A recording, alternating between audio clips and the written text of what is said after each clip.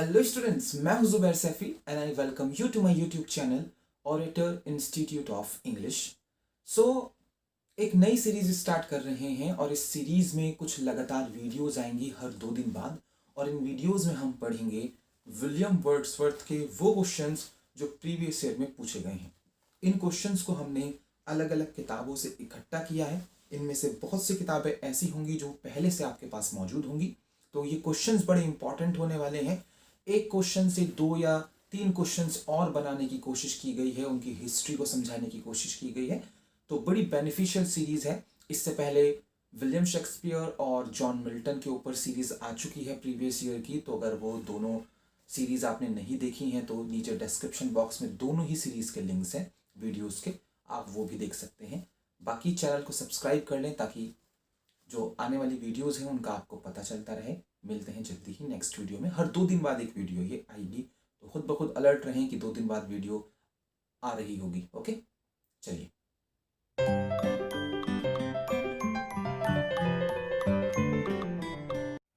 So question number 1 है, little we see in dash that is ours. Bracket में poem का नाम भी लिखा है, the world is too much with us. तो एक बड़ी प्यारी पोयम है विलियम वर्ड्सवर्थ की, the world is too much with us, जिसमें वो कंज्यूमरिज्म, भौतिकवाद की बात करते हैं। उसकी एक लाइन है, little we see in nature that is ours. ठीक है, यानी जो कुछ भी प्रकृति में आप देख रहे हो ना, हमें दिख ही नहीं रहा प्रकृति में कुछ, वो ही हमारा है बस। बाकी गाड़ी, बंगला, पैसा, ये सब हमारा नहीं है। तो डी इसका आंसर है नेचर। बड़ी प्यारी पोएम है। नेक्स्ट देखिए, we have dash our hearts away a sordid boon. भाई बड़ी इंपॉर्टेंट लाइन है और बड़ी प्यारी लगती है मुझे लाइन। पहले तो आंसर है इसका C, given. We have given our hearts away a sordid boon. इसी पोएम की लाइन है the world is too much with us की, और यहाँ पर विलियम वर्ड्सवर्थ ये कहने की कोशिश करते हैं कि हमने अपने दिलों को जो है ना वो बिल्कुल अलग कर दिया है नेचर से, और ये बहुत बड़ा श्राप है हम लोगों के लिए। तो सी इसका आंसर है, given our hearts away. Next question देखिए, every great poet is a teacher, I wish to be considered as a teacher और एज नथिंग। किसने कही बात? पहले तो बात सुनो कि बात क्या है। कह रहे हैं कि हर एक महान कवि एक अध्यापक होता है, और मैं चाहता हूं कि लोग मुझे अध्यापक के तौर पर माने, मुझे एक टीचर के तौर पर जाना जाए, या फिर मुझे किसी भी रूप में ना जाना जाए। बात कही है विलियम वर्ड्सवर्थ ने। ठीक, आंसर है इसका D. Next question, with warmer love oh with far deeper zeal of dash love. भाई टिंटन एबे एक पोयम है विलियम वर्ड्सवर्थ की, तो उसका जो लास्ट पैरा है जिसमें विलियम वर्ड्सवर्थ अपनी बहन डोरोथी को एड्रेस कर रहे होते हैं, तो वहाँ पर ये लाइन आती है, और इस तरह से है वो जो पूरा का पूरा स्टांजा है, किस तरह से स्टार्ट है वो कि of past existence without then forget that on the banks of this delightful stream we stood together, and that I so long a worshipper of nature hither came, unwearied in that service. Rather say, with warmer love, or with far deeper zeal of holier love. यहाँ वो Dorothy से कह रहे हैं कि मैं worshipper रहा हूँ, यानी पूजक रहा हूँ, पूजा करने वाला रहा हूँ नेचर की, और जब मैं पास्ट में यहाँ पर आया था तो बहुत ही वार्मर लव के साथ आया था नेचर के लिए, और डीपर जील लेकर आया था इस होली और प्यार को लेकर, जो वो प्यार वो नेचर से करते हैं।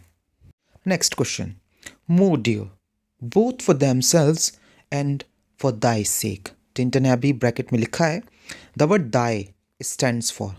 ये जो दाई शब्द आ रहा है, ये जो तुम, किस तुमको कह रहा है, ये किसको संबोधित कर रहा है?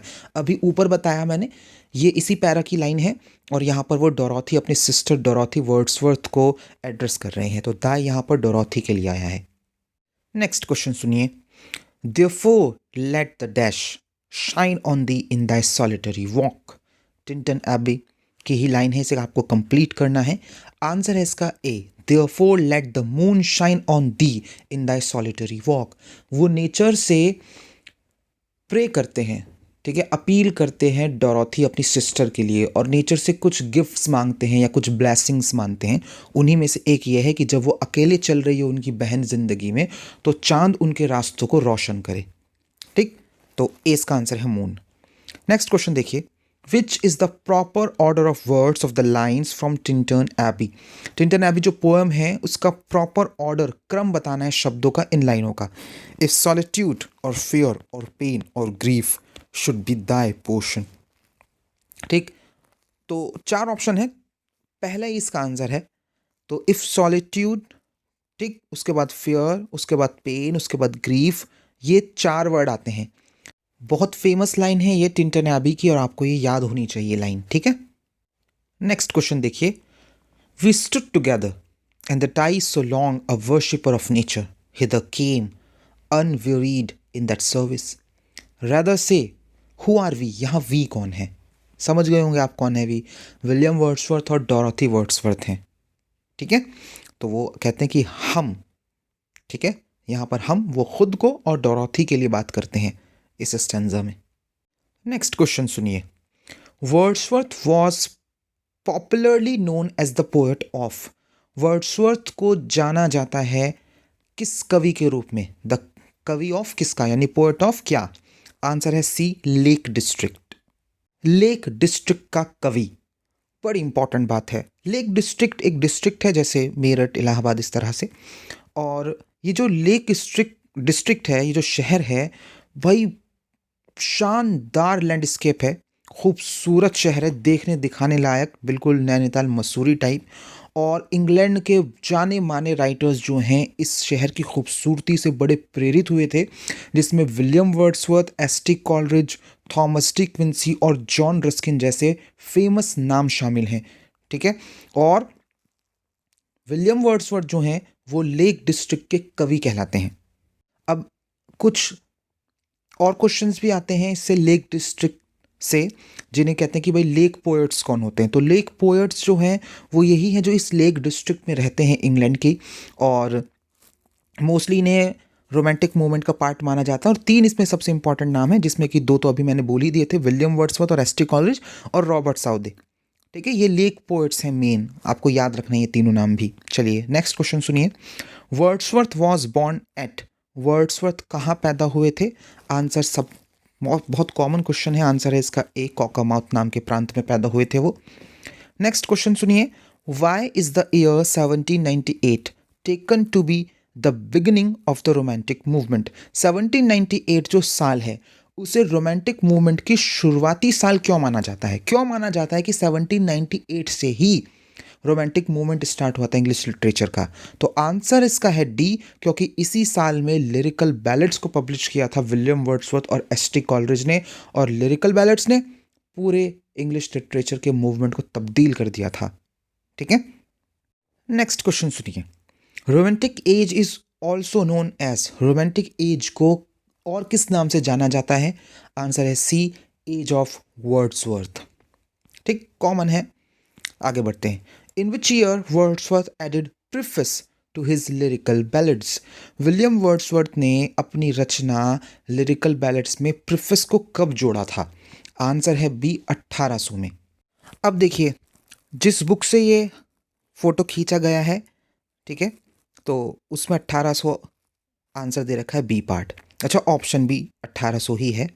और जिस साल ये पूछा गया था तो उस साल आयोग ने इसे 1800 ही आंसर माना था, लेकिन बहुत सारे ऐसे सबूत हमारे पास मौजूद हैं जिसमें हमें ये पता चलता है कि प्रीफेस जो है लिरिकल बैलेड के अंदर वो 1801 में ऐड की गई थी।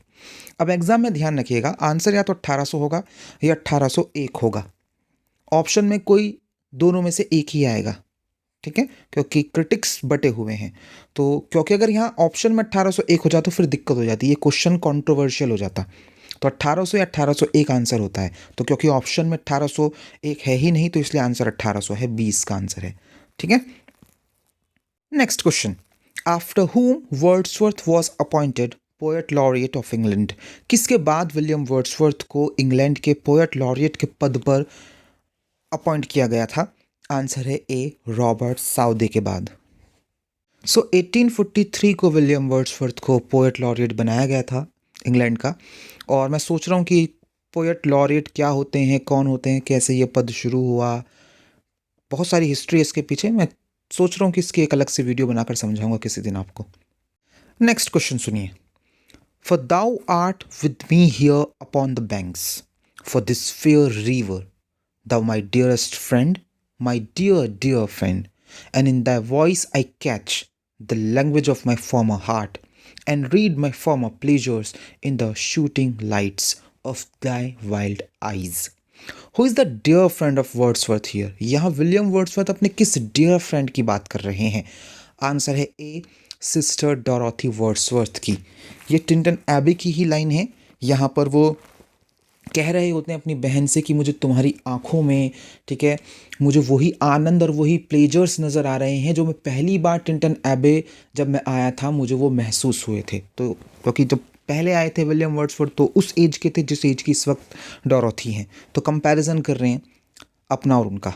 ठीक है, तो पढ़ी होगी आपने खैर ये पोएम, बहुत कॉमन पोएम है। आगे बढ़ते हैं। May I behold in thee what I was once is a popular line from Tintin Abbey. T stands for, तो मैं तुम में वो देखता हूँ जो मैं कभी था। ये टिंटन एबी की बड़ी फेमस लाइन है। यहाँ पर दी कौन है? तो फिर से आंसर है डोरोथी वर्ड्सवर्थ। मैं तुम में अपने आप को देखता हूँ, अपनी बहन में अपने आप को देख रहे थे वो, जैसे अभी मैंने ऊपर समझाया आपको। Next question, who criticised Wordsworth calling him lost leader? बड़ा इंपॉर्टेंट क्वेश्चन है। किसने विलियम वर्ड्सवर्थ की आलोचना की थी उन्हें लॉस्ट लीडर कहकर? तो एक पोयम है, ठीक है, द लॉस्ट लीडर, और 1845 में ये पब्लिश हुई थी। रॉबर्ट ब्राउनिंग ने ना क्रिटिसाइज़ किया था विलियम वर्ड्सवर्थ को और उन्हें लॉस्ट लीडर कहा था, क्योंकि उनका मानना ये था कि जो विलियम वर्ड्सवर्थ हैं उन्होंने अपने लिबरल कॉज को छोड़ दिया था और जो हाई आइडियलिज्म को वो फॉलो करते थे उनको छोड़ दिया था। अब जो हमसे पढ़े हुए हैं ऑनलाइन या ऑफलाइन बैच में वो जानते हैं, जब हमने आपको प्रेफेस या बायोग्राफी पढ़ाई थी वहाँ ढंग से समझाया था कि किस तरह से विलियम वर्ड्सवर्थ, जैसे जैसे एज बढ़ी विलियम वर्ड्सवर्थ की, वो रास्ता भटके थे भाई। जैसे मिल्टन के साथ अलग केस है। मिल्टन की उम्र जैसे जैसे बढ़ रही थी वो एक बेहतर कवि और बेहतर इंसान बन रहे थे। वर्ड्सवर्थ के साथ ऐसा नहीं हो पाया। ठीक है, तो 20 का आंसर है रॉबर्ट ब्राउनिंग। नेक्स्ट क्वेश्चन सुनिए। Wordsworth added preface to the lyrical ballads in the year? Answer है बी, 1800। ठीक है, 1800। पीछे भी डिस्कस हो चुका है ये क्वेश्चन। नेक्स्ट क्वेश्चन देखिए। And I have felt a presence that disturbs me with the joy of elevated thoughts. These are the popular lines from Tintin Abbey, the poetess. जानते हैं आप पोएट विलियम वर्ड्सवर्थ हैं।